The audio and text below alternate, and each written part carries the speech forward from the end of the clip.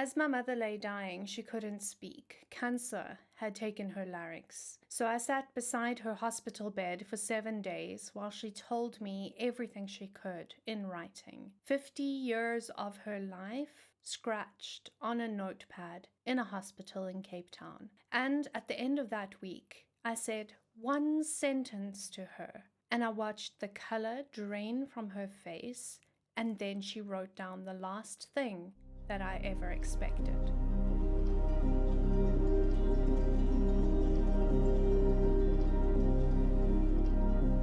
If you are new here, I'm Zila. I'm a witch with a PhD in medical microbiology, and I run the Nightshade Sanctum Mystery School.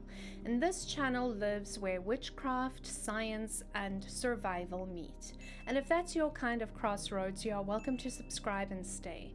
My Patreons actually voted for this video, and honestly, it's one I've been circulating for years without ever having had the courage to fully go there. Today, I'm telling you about the world I grew up inside, and it took me until my 30s to call it what it was. A content note before we begin: this video discusses childhood abuse, including sexual abuse, as well as addiction and suicidal thoughts. There is nothing graphic here, but if today is a heavy day for you, this video will keep, so feel free to go away gently and come back whenever you're ready. 2 things before the story. First is that this video has purpose beyond a memoir. It took me 30 years to find the language for what I had lived inside. Someone, somewhere out there, right now, is a person living in a system that they have no words for. And this video is for them. So if at any point you start to feel sorry for me, you are welcome to set that down, because sympathy was never the assignment. Sharing language and experience is the assignment. Second, a word about memory, because I want to be honest with you. Trauma leaves gaps, and mine are real. There are whole stretches of my childhood that exist for me as fog. My brother and my sister grew up in the same house and carry different versions of the same family. Some of what I lived happened before they could remember, and some of what they lived happened after I was gone. So where my memory has gaps, I'll tell you. Those gaps are part of the record, and they are the evidence too.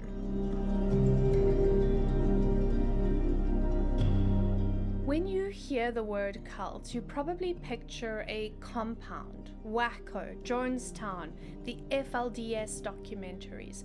I watched those documentaries too for years, and I kept having the same uncanny experience. That looks like my childhood, except they had thousands of members, and in my world, there were only around 10 of us. That gap in scale is exactly what kept me from using the word cult for so long. So here's what I found when I finally went into the research the way I go into everything, with a stack of sources and one hell of a grudge. Cult researchers define these groups by mechanisms, never by the number of members. Researchers have spent 70 years studying high control groups, and they've developed actual diagnostic criteria for them, so checklists, the same way medicine has diagnostic criteria for a condition. Robert Lifton, a psychiatrist studying thought reform in the 1960s, laid out the classical signs, the ones that matter most for this story, and they are: number 1, control of information and environment; number 2, a leader claiming special access to hidden truth; number 3, an impossible standard of purity; and number 4, doctrine that overrules your lived experience. Steve Hassan's BITE model, or BITE model, asks 4 questions. Does the group control your behavior, your information, your thoughts, and your emotions? And Yanya Lalick describes something she calls bounded choice, the state where leaving stops being merely costly and becomes something utterly unthinkable, because the group has made sure you cannot imagine living outside of it. The literature even has a name for the smallest version. the family cult. One charismatic authority, one roof, and no exits. My grandparents originally belonged to a small Christian sect called the Christadelphians. There are roughly 50,000 members worldwide, and this sect was founded in the 1840s with no central authority at all, which means every congregation governs itself and experiences vary enormously between them. Now, our ecclesia, which is what we called a congregation, had around maybe 20 to 30 members, and the largest one in my country had around 70 members in total. So very, very small little groups. Some ecclesias are, by every account I've read, warm and relatively gentle places, and if that was yours, I believe you. So let me be fair to all and true to my experience in the same breath. Was that faith itself a cult? Well, it really genuinely depends on who you ask. Most mainstream Christians already classify Christadelphians as a theological cult because they are very unusual in many ways. The word cult was circling this faith long before I arrived, and many former members described their ecclesias as high control groups, and the themes that they talk about will sound familiar by the end of this video. Things like exclusive truth, fear around Christ's return, intense pressure around baptism, disfellowshipping, which is the word for formal expulsion and shunning, rigid gender roles, and shame as a daily companion. Now, sociologists, being sociologists, avoid the word cult entirely, and they just say high control religious movement instead. And here's where I stand for now. The ecclesia I was raised in sat at the extreme end of an already extreme faith. It was tiny, closed, multi-generational, sealed against the outside world, and it already carried many of the marks that researchers associate with high control groups. One thing I remember vividly from our home was this book, Are the Christadelphians a Cult? It sat on the bookshelf of our house, and I remember copies being available at our ecclesia. The entire purpose of the book was to argue that Christadelphianism is in fact not a cult. But looking back, I find that really fascinating. As a child, it never occurred to me to ask whether I was growing up in a cult. But apparently it occurred enough to other people that someone felt the need to write an entire book answering that question. Now, the existence of that book simply illustrates that this conversation existed long before I had a language to join it. But here's the thing, my story isn't really about the Christadelphian doctrine or whether Christadelphianism is a cult or not. It is about what happened when one man took an already high control religious environment and became the unquestioned authority over 7 people. The cult in this story was so much smaller than the church. Think of it as rings within rings. The faith was the soil, already rich in control, and then my grandfather was the seed. And when the ecclesia itself eventually threw him out, and it did, that seed put its roots down in the only ground left to it, our family.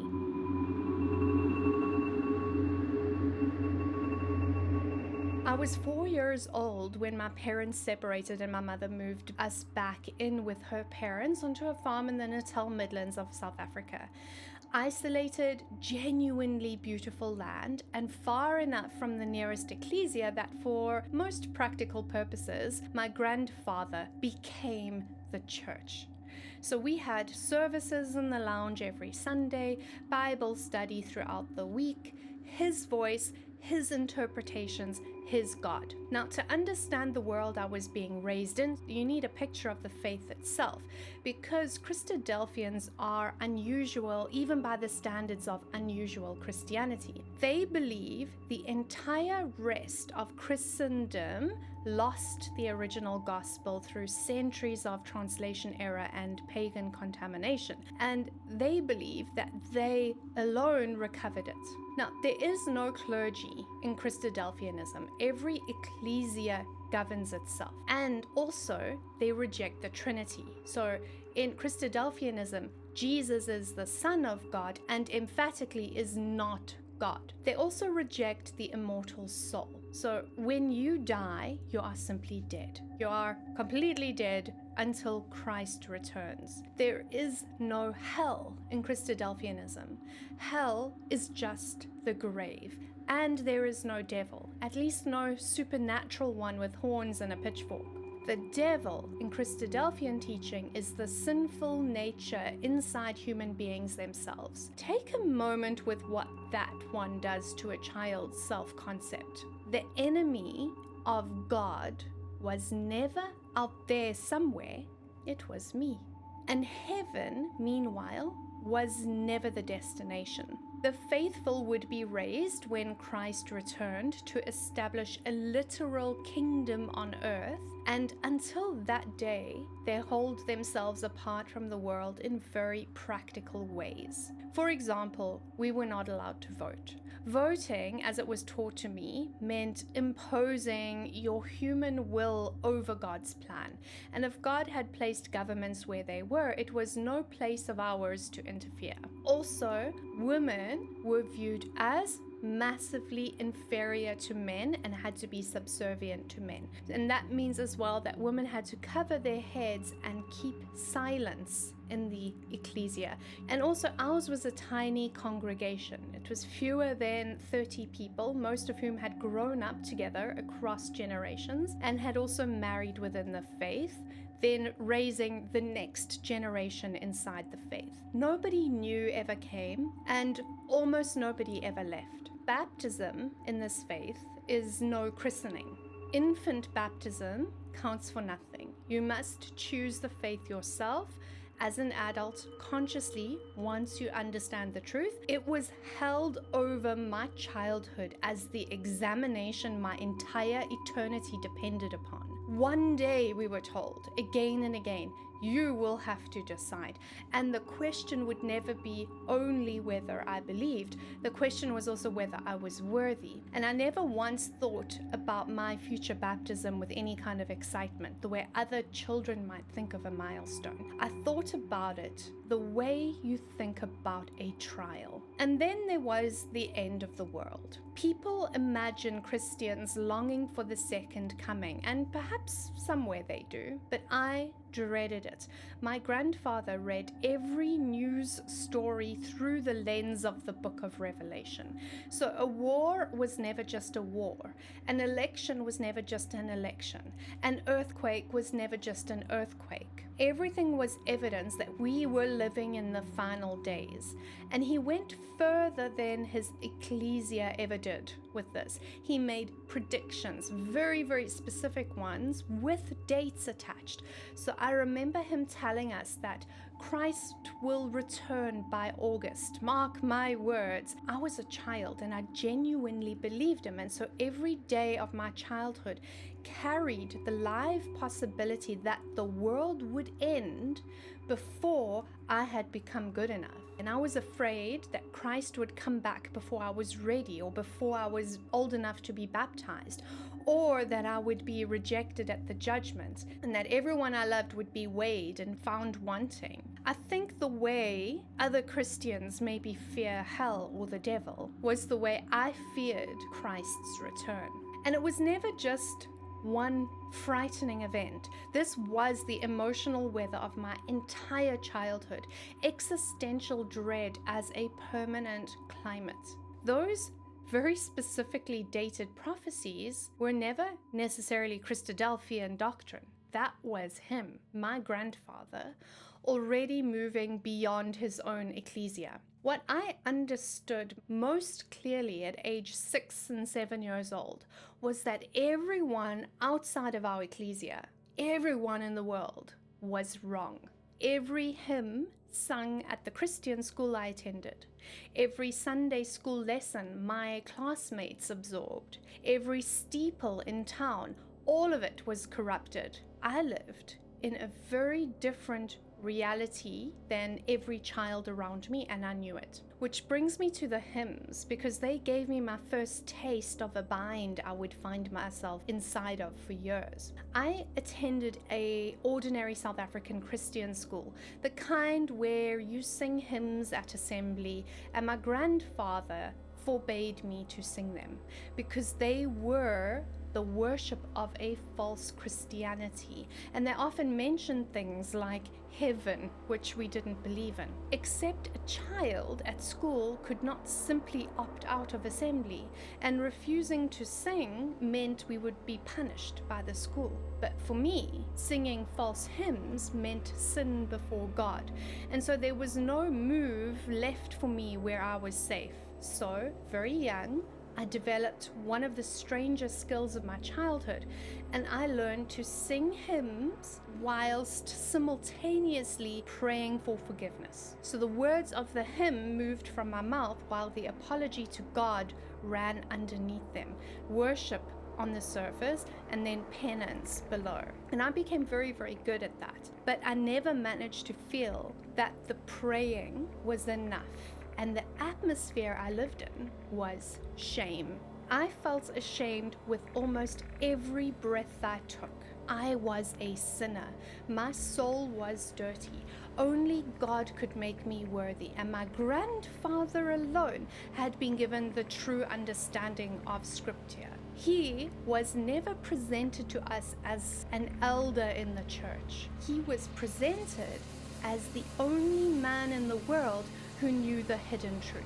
And a child will do extraordinary things to survive a standard like that. So by 10 years old, I had developed what I'd now call religious scrupulosity, which is the clinical name for compulsions wearing the costume as religious devotion. So I was haunted by the feeling that I wasn't reading the Bible enough. So I read it obsessively. King James Version only. Every other translation was absolutely forbidden.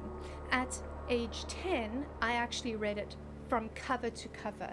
I read every book, and I memorized the orders of the books and the names of all of the books so that I could recite them like a charm. And I still felt guilty. That is the design of it. The doctrine sets a standard that absolutely no child or person can reach, and then it offers itself as the only remedy for the failure that it created.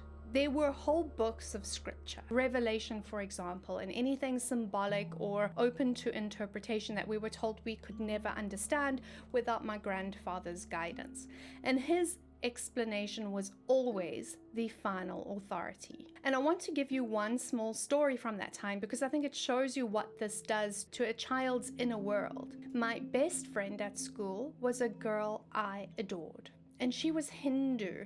And like most people, she would casually say things like, "Oh my God." And every time she did, I would panic, but put my hands over my ears and I would shake my head and I would say, "No, blasphemy, blasphemy." And I would beg her to not blaspheme. And she was endlessly kind about it. And I do think that she tried to do it less with me around, but it was very ingrained in her speech. And one day I tried to share with her what I thought was the true word of God, because in my mind, I really wanted to save her because I loved her. And she very gently told me that she was Hindu and believed something different. I went home devastated, and I asked my grandfather what it meant for her. And he told me that I had single-handedly doomed her, because never hearing the truth was one thing, but hearing the word of God and then rejecting it meant that she was now beyond any kind of redemption. I just remember crying for days. I was maybe 9 years old, and I believed with all of my heart that I had doomed my best friend for eternity. One more story, briefly. Our ecclesia had always marked Christmas as a cultural day, but not a religious day. So every year it came with long explanations of its pagan roots and the fact that it had been absorbed into Christianity from older festivals. And I actually think that was quite liberal for Christadelphian understanding, although I could be wrong. But I think they had made the decision that we were allowed to celebrate Christmas as long as we understood that it's not religious and that it has no bearing in the Bible. And so Christmas and Easter and anything like that fell underneath that roof. But when I was around about 10, my grandfather decided that we would never celebrate these things again. And so Christmas and Easter and anything he judged to carry the residue of idol worship or pagan contamination, these overnight were gone from our lived experience. There was no discussion. And my grandmother, whom everyone had lovingly always called a magpie, because she always collected beautiful little things like glass bottles and ornaments, and she had a massive Christmas decoration collection, and she had to give them all away. And it absolutely broke her heart, and it also broke ours watching her have to give up and get rid of all of these incredible family heirloom and very, very old Christmas decorations. And so I guess this is the detail that it took me really many, many years to see clearly.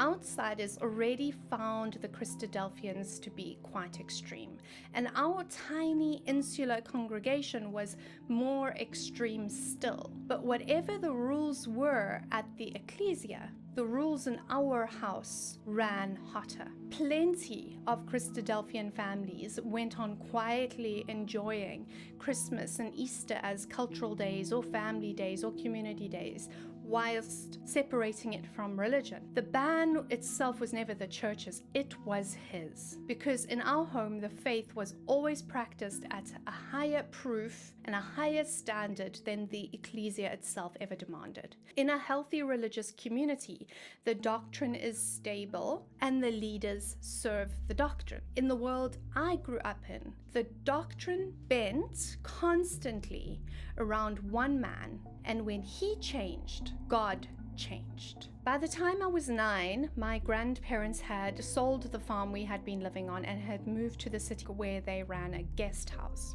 My mother had tried more than once in those years to build a life for the 4 of us away from her parents, and every attempt she made collapsed dramatically.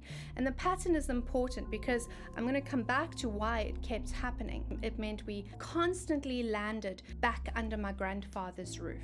7 of us now in one household. And living in the city also meant that we were finally close enough to attend the ecclesia properly and regularly. So that included Sunday services, children's Bible classes, midweek studies, baptisms, the whole life of that tiny congregation. My grandfather threw himself into it, and he wanted leadership there. He wanted influence. He wanted a flock and a pulpit that reached further than his own lounge, which brings us now to the turning point.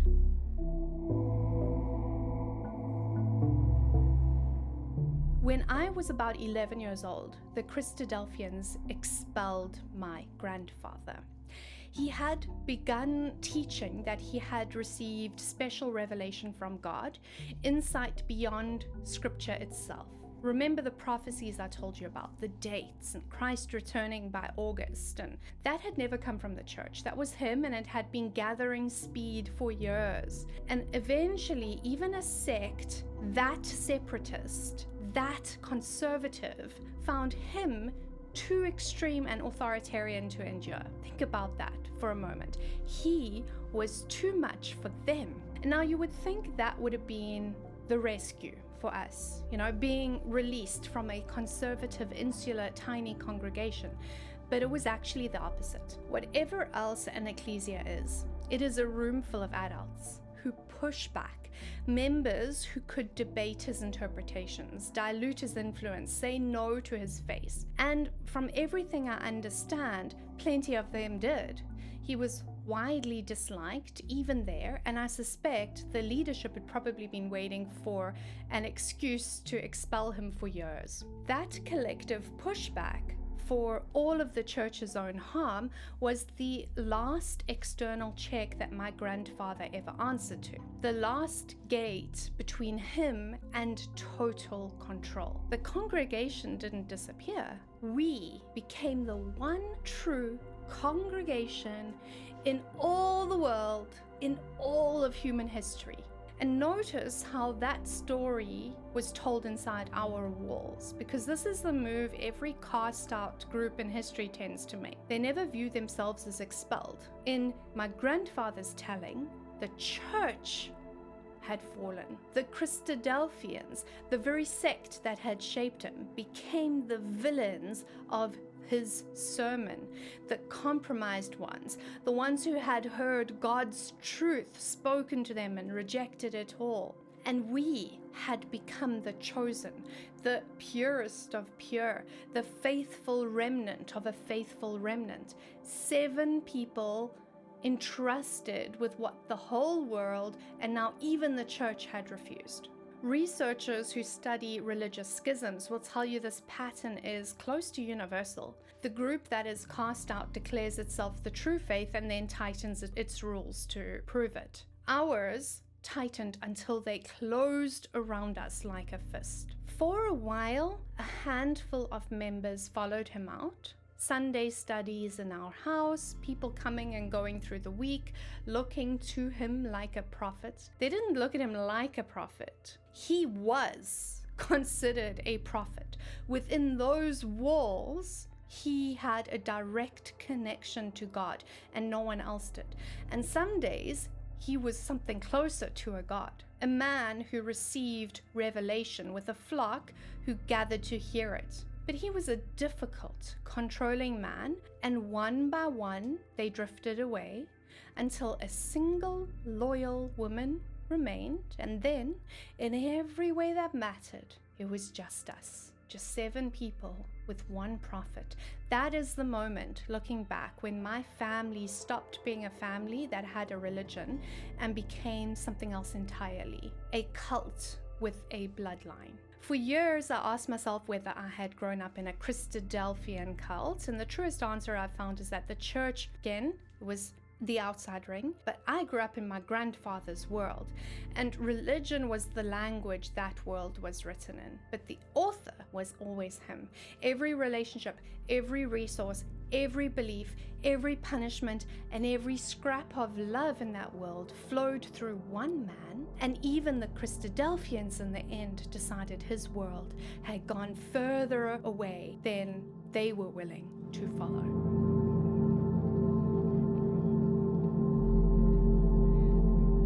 So rather than dragging you through all of those years one by one, I want to walk you through how that household actually functioned. When I eventually read the cult literature in my 30s, the strangest part of the experience was the recognition. Everything I had lived turned out to have a language to describe it. A pattern that you can name and explain is a pattern you can see, and a pattern you can see loses its power. And so the first one is behavior control. Let me begin with something as ordinary as a bath, because control at this level rarely announces itself through anything dramatic. In our house, all 7 of us shared one bath of water every day. On its own, that could pass as simple frugality, and frugality is certainly what we were told it was. But there was an order to who bathed when.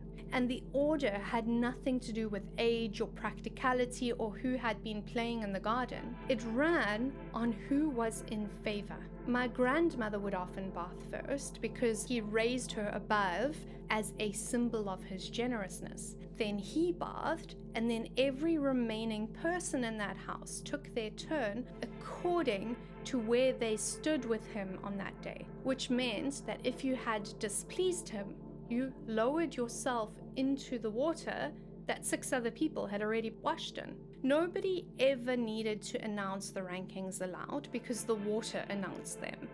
Every single day, through the most mundane domestic ritual imaginable, each of us was shown our precise standing and reminded as well that standing could be lost, and reminded that one man alone decided where it was that we stood.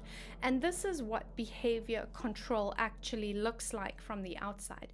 It almost never looks like a posted list of rules. It looks like 1,000 small daily rituals that teach the hierarchy to your body over and over and over again until obedience stops feeling like a choice and instead becomes the physics of the universe, some kind of force like gravity itself. The next is emotional control. When we were small, the beatings did what beatings are designed to do. They produced frightened, compliant children. But something happens to children who live inside of pain for years. They adapt to it. By the time we reached our teens, we had grown so accustomed to suffering that punishment was losing its grip on us, and my grandfather, who was nothing if not attentive to the workings of his own power, noticed.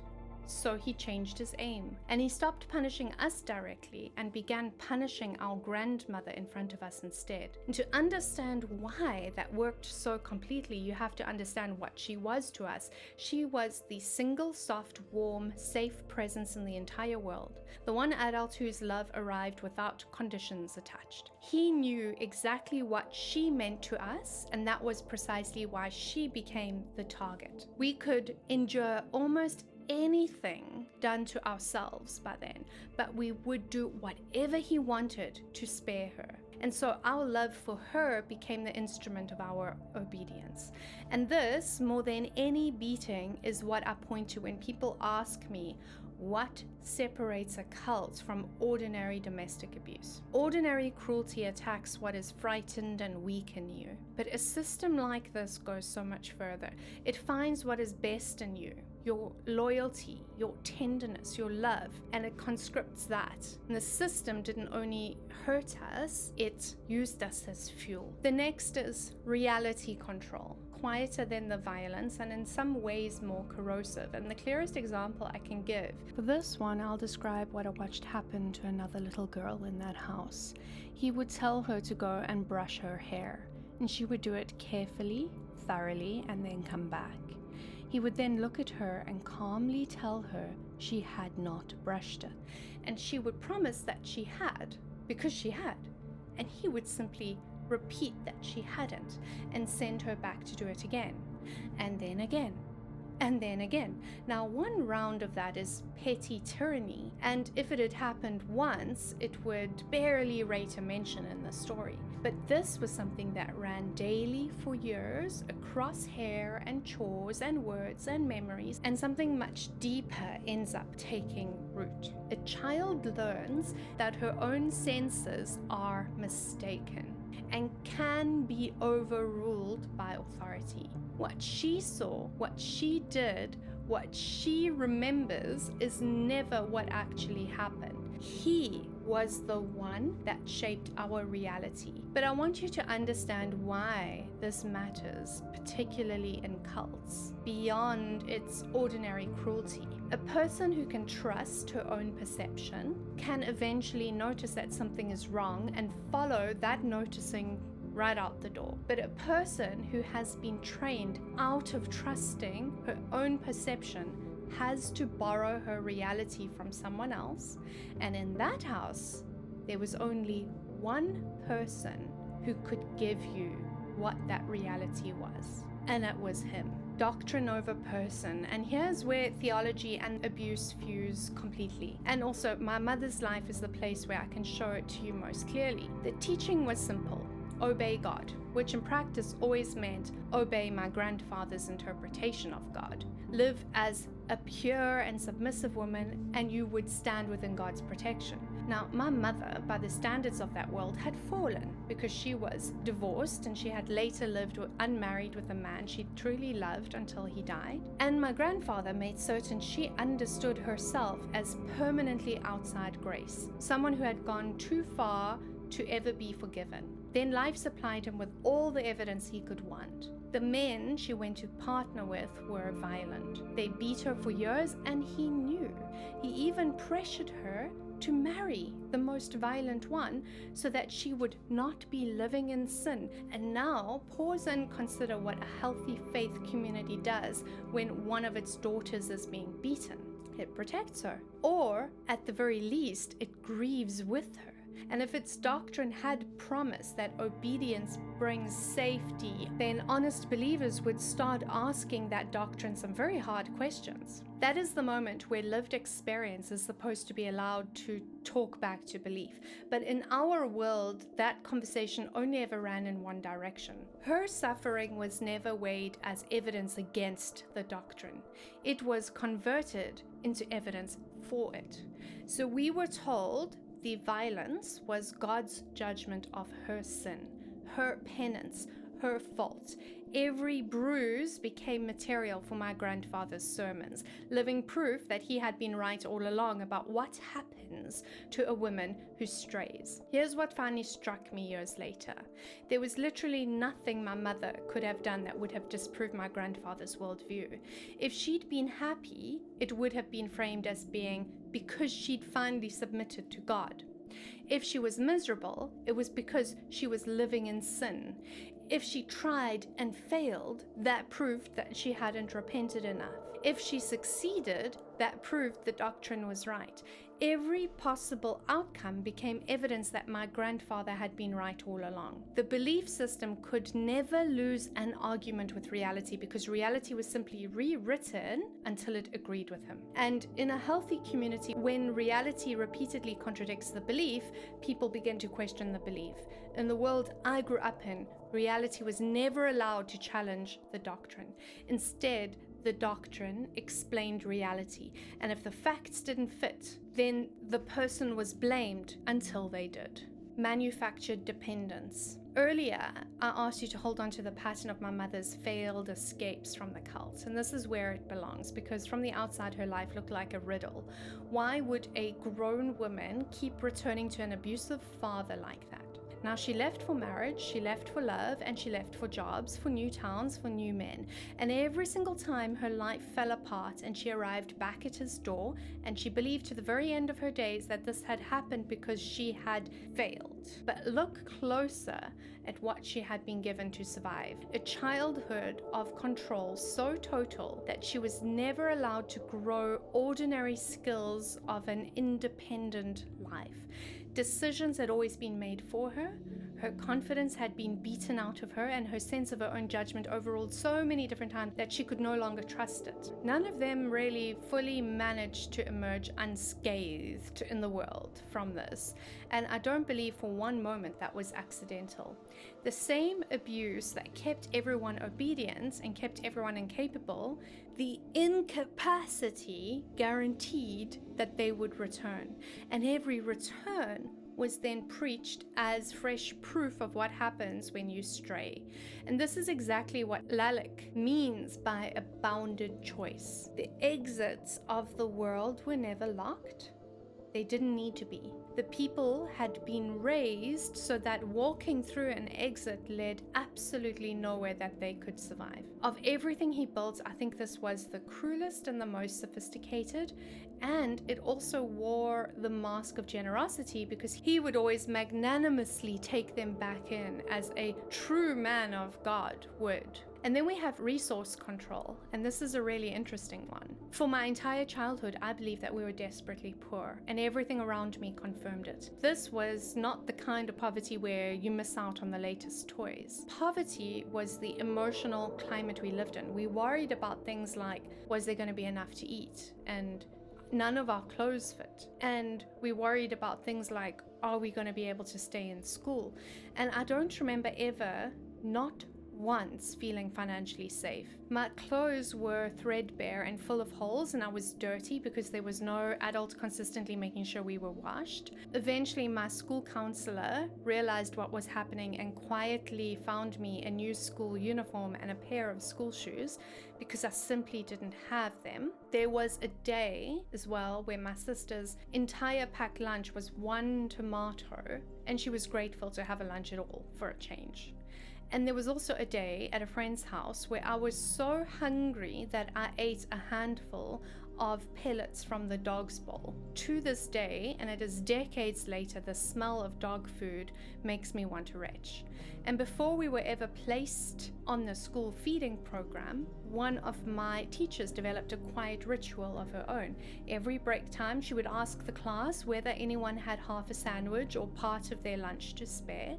And then she asked if there was anyone who would like some of it. And she never singled me out, and she never said my name, but she simply made sure day by day that there was something for me to eat. Later, after I broke down crying in front of another teacher, my brother and I were placed on a school feeding program for underprivileged kids. When my mother found out, she came to the school, one of the only times she ever set foot in that place, and insisted that I had lied because the shame of people knowing we were hungry weighed more with her than the fact that we were hungry. And afterwards, my teacher found me quietly and said, "Don't worry, you will still be getting your sandwich every day." And I remember crying with relief.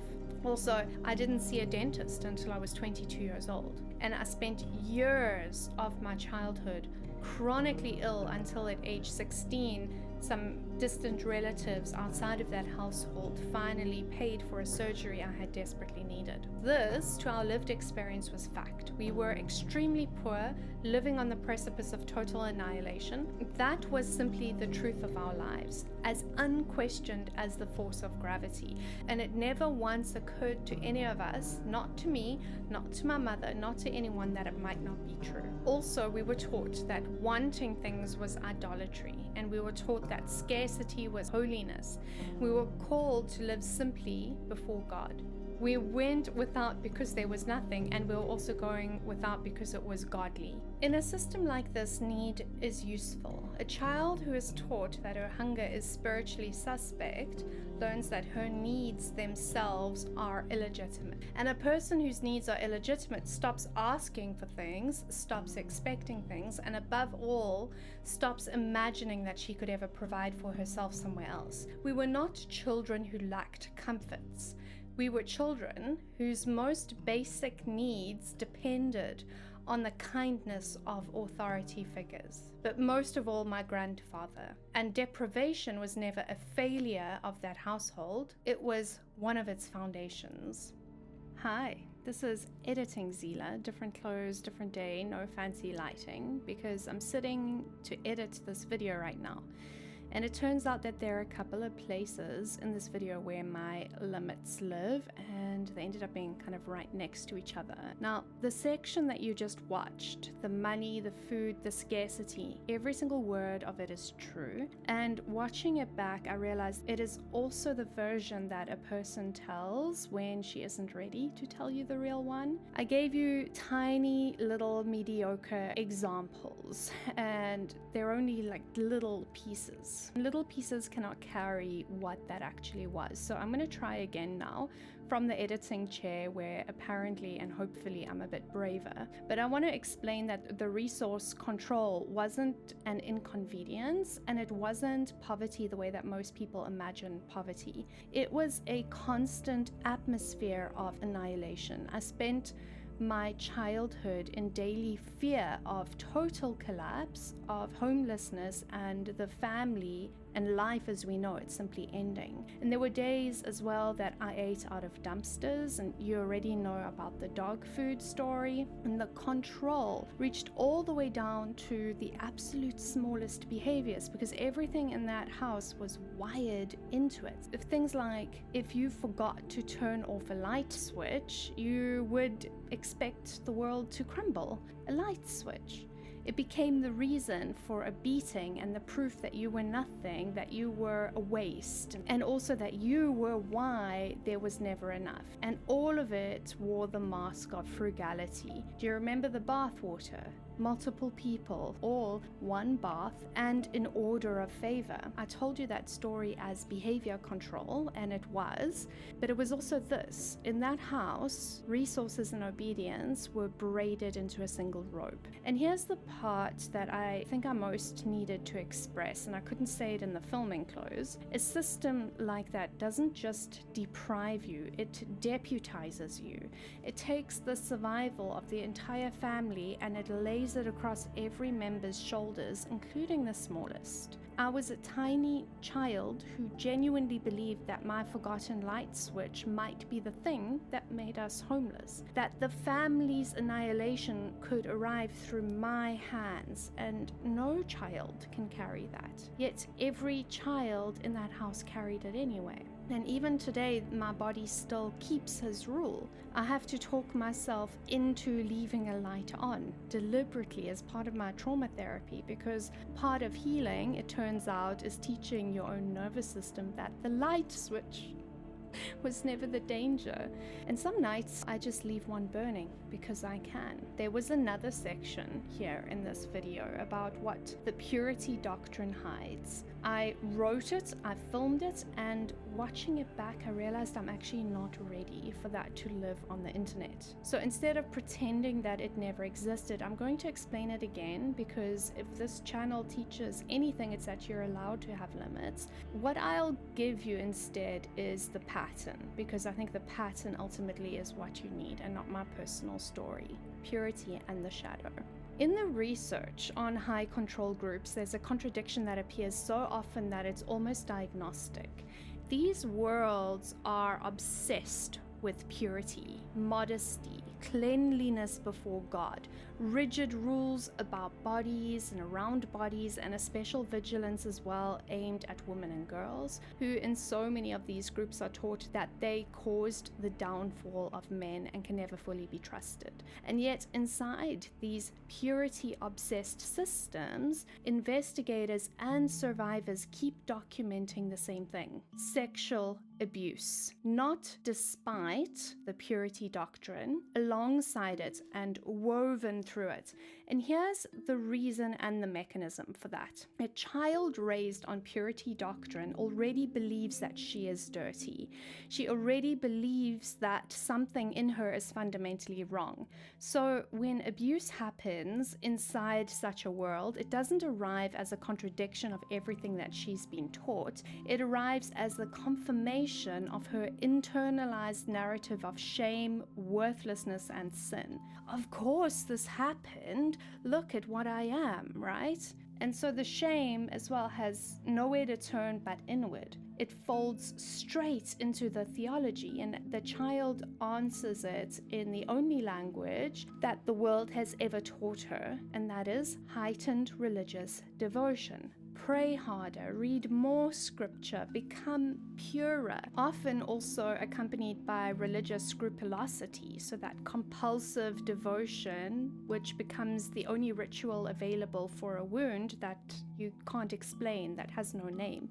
And then the cruelest turn of all is that the authority at the top of such a system also positions himself as the path back to the very purity that his world has taken.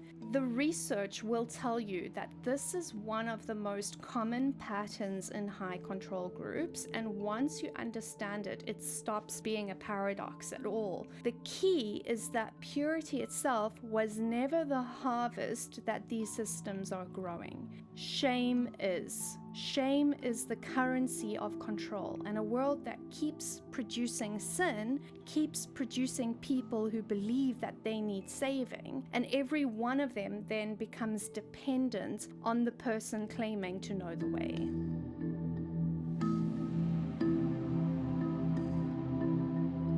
Systems like that feel eternal from the inside, and then they crack over something absurdly small. For me, the crack had been coming for a long time. I was 15 and I was changing. The obedience was wearing through. I was becoming more defiant and he was becoming more violent, and the two of us were rising towards each other like weather fronts. For me, the system finally cracked over a 5-minute drive. A school friend was visiting and my grandmother had promised to drive her home in time for ballet, because in South Africa you cannot simply walk down the road, it's very unsafe. Then visitors arrived, and as always my grandmother was expected to drop everything and host. My friend grew anxious and I asked very politely whether the promised lift could still happen. And my grandfather completely exploded, and something in me, worn down to the wire by years of this, simply snapped. I packed my bags and I walked out of that house, and I never lived with my family again.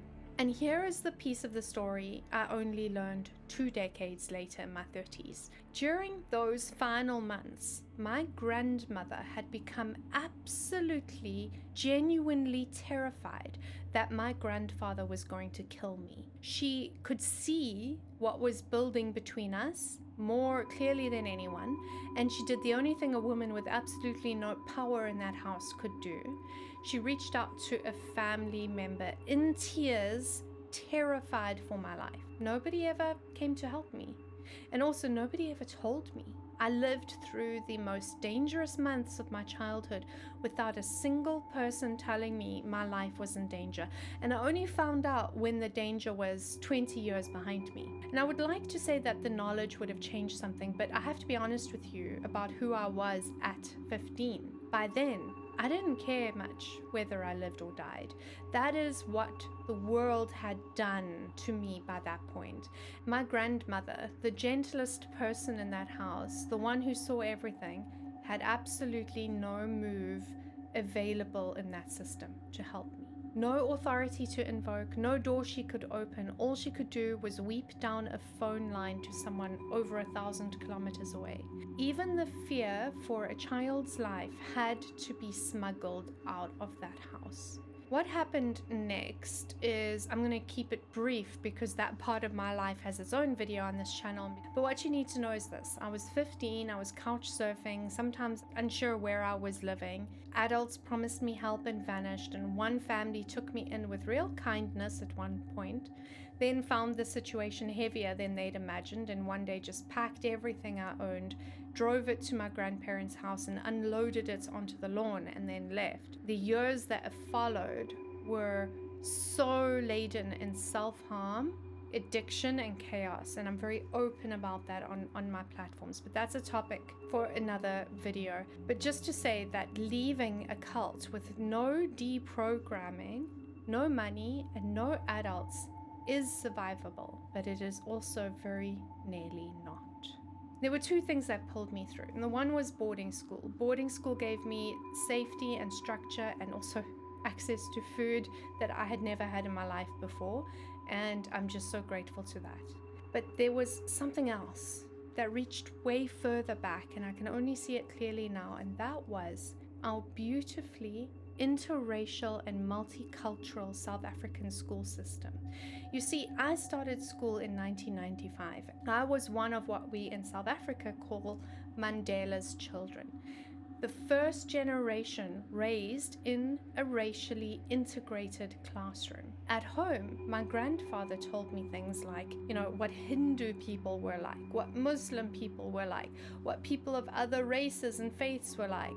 Remember, he was a racist, fascist, and religious extremist, and his descriptions were confident and detailed. And then I would go to school and I would meet these extraordinary people, and they were kind, and they were often more generous to me than anyone inside of our little holy world. My grandfather had grown up under apartheid, and I genuinely believe that in his mind he had no concept of the so-called danger that a multicultural, multiracial classroom would have when it came to his control over us. And by the time he understood, the roots of doubt were already deep under his wall.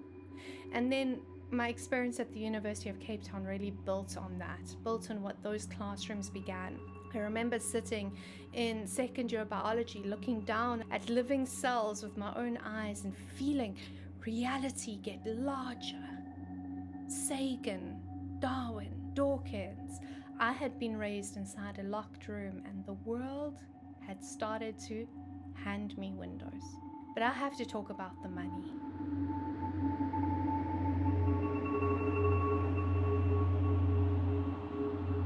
Years later, as an adult, I went back for a friend's engagement. And I met up with my grandmother. And it was a sneaky meeting because access to her was tightly regulated and controlled. And she was crying and devastated. And when I pressed, she quietly explained that they had just lost money in an investment scheme. Another in a long line of schemes. I asked how much. Close to 1 million rand in one investment scheme, in one pretty much a pyramid scheme. And I sat there and I felt my entire childhood rotate because my whole understanding of my life rested upon the fact that we were poor. And I'm talking poverty that means hunger. You know, sandwiches gathered from classmates so that I would have something to eat. Being hungry enough to eat from a dog's bowl. Poverty was the infection left to fester in my body for years because there was no money. And you can't lose 1 million rand that you never had. And then came the remembering, a collage of details that paint an entirely different picture.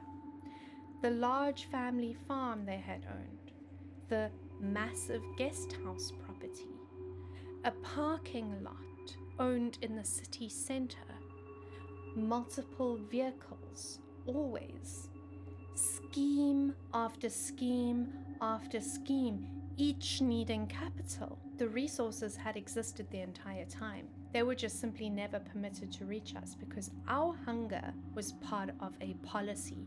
The scarcity was real, but the poverty was manufactured. When I eventually said this to my mother a few years later, she called me a liar. And I understood why. Truly I did. Because if the money had been there all along, then everything she had been told about her suffering, that it was judgment, that it was deserved, that it was the wage of her sin, would come apart at the seams. And some stories keep us alive by staying in the delusion, and she simply could not afford the truth.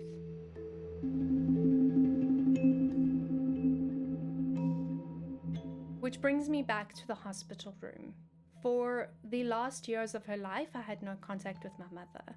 Her drinking had made a relationship impossible, and after I got clean and sober in December 2019, protecting my recovery had to come first. People sometimes struggle to understand estrangement. And the truth is that sometimes you grieve someone years before they actually die. And then came the cancer. It announced itself slowly, a tickle in her throat that never left, a voice that kept fraying. Getting her to a doctor took what it always took in that world.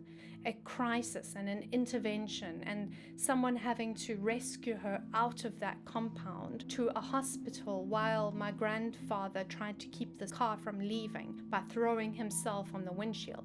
The surgeons found a massive tumor in her throat. The operation took 7 hours and they removed her larynx. It wasn't lost on me, a woman who was never once truly heard in her entire life, and the illness came for her voice. When it became clear that the cancer was terminal, I borrowed money, I went into debt, I did whatever I could, and I flew back to Cape Town, and I spent a week beside her bed helping to care for her. She couldn't speak, and yet for the first time in our lives, we actually finally communicated. She wrote on a notepad and she mouthed words, and my eyes slowly learned her new language. And she told me everything, what that house had been, what I had missed in the years that I wasn't there, what he had been, what her whole life had been. And I just listened. And by the end of that week, after everything she had poured out onto that notepad, I looked at her and I said, "You realize it is a cult." The color drained from her face, and I watched 50 years replay behind her eyes, and then she nodded, picked up a pen, and wrote, "You're right." That was the first and the only time my mother and I ever used that word together.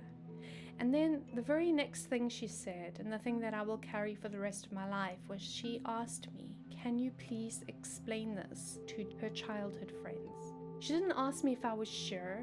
She didn't defend him. Within 1 minute of receiving the word, her first instinct was to send it to someone else, because she had carried the same wound that I had carried, and she'd carried it longer.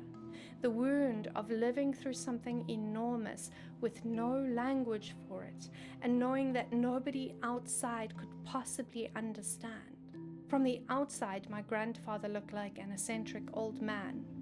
Nobody had any idea.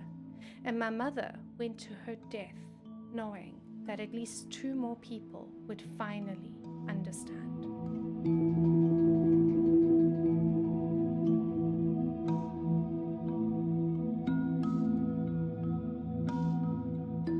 Now, some of you have been sitting with a question this whole video, and it's a fair one. This is a witchcraft channel. I speak openly about the craft that came to me through my grandmother. How does a folk lineage and a cult share a childhood under the same roof? That story deserves its own video, and I promise you it's coming. But for today, I'll say only this. My grandmother had a practice. She would never have named it, and she certainly never would have said the word witchcraft. But I can name it now. Hers was the old English thread, wort cunning, the quiet herb craft of garden and hedgerow, and she passed it to me softly, the way you hand a child a lantern as survival. She couldn't say the word witch about her practice, the same way my mother couldn't say the word cult about her life. Both of them carried something enormous with no language for it, and I inherited both from that house, the wound and the craft, and my life's work has been giving each one its true name. If you want my grandmother's wart cunning story, tell me in the comments. That video is already asking to be made. One man who claimed special revelation from God, sole authority over scripture, behavior, money, food, medicine, and love, information controlled, reality overwritten, shame served as daily bread, leaving made unthinkable, and every attempt punished by a world that had made sure its members could never stand alone, so that each return could be called their own failure. The title of this video says I didn't know, and that's only half true. I knew everything. I lived every single day of it. What I never had was the word, and it took me until my 30s to find it, with a doctorate and a decade of trauma therapy behind me. So here's the part of the video that belongs to you. Cults don't always have compounds and matching prairie dresses. Sometimes they have a lounge, a King James Bible, and a grandfather. And if you grew up somewhere these mechanisms describe, the word is allowed to be yours if you need it, whatever size the congregation was. Language is a gate, and gates open worlds. If this is your story too, the resources I wish I'd had years ago are linked below, and the comments under this video are an opening gathering place. Share as much or as little as you want. Someone there will understand it, and that in the end is the entire point. This video exists because my Wartkana Patreons in the Weird Circle voted for it. If you'd like a say in what I make next, the circle is linked below. Thank you for choosing this one. It was time.